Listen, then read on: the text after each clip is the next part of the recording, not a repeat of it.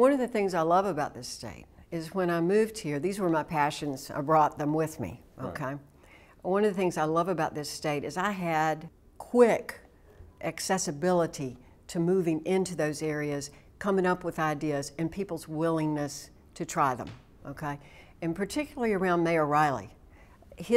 My accessibility to him, to talk with him about some of the housing and homelessness issues, and his encouragement, yes, try that, try this, let's do this, let's do that.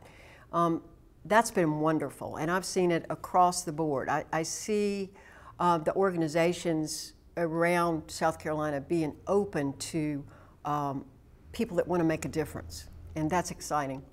How do you deal with those problems? Well, you know, a lot of times I will say to people, how do you eat an elephant? One bite at a time, okay?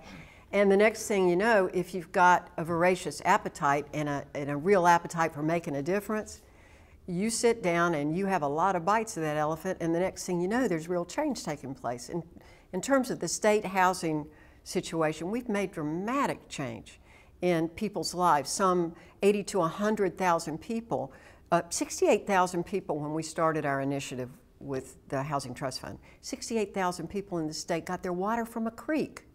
And 870,000 some lived in housing that would be condemned, and that meant that they either didn't have any plumbing or any electricity. 870 some thousand people. And the other way we made the change is economics is a high priority of our political system here in South Carolina. We sold this program based on it being an economic development program. And guess what? For things like poverty, there is a way to increase economic development by doing the right thing for people. You have to put the numbers to it and present it to people who make decisions about it, but it can be done, and that's the way we did it. So we tried to be smart in what we were doing, and we've made a tremendous impact. Over 140,000 people now live in safe, decent, affordable housing that didn't before we got this bill passed. So those kind of things matter.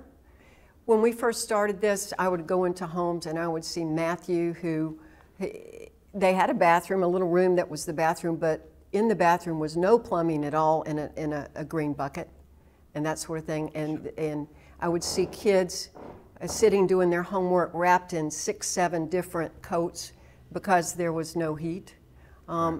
That's what we need to change, because each one of those children and adults is a natural resource to this state, an untapped natural resource to this state, that if we could really focus on making each one of those citizens, those little girls and boys and their mom and dad, productive, vital members making a difference in South Carolina, we can make it happen. We've already made it happen at a small scale.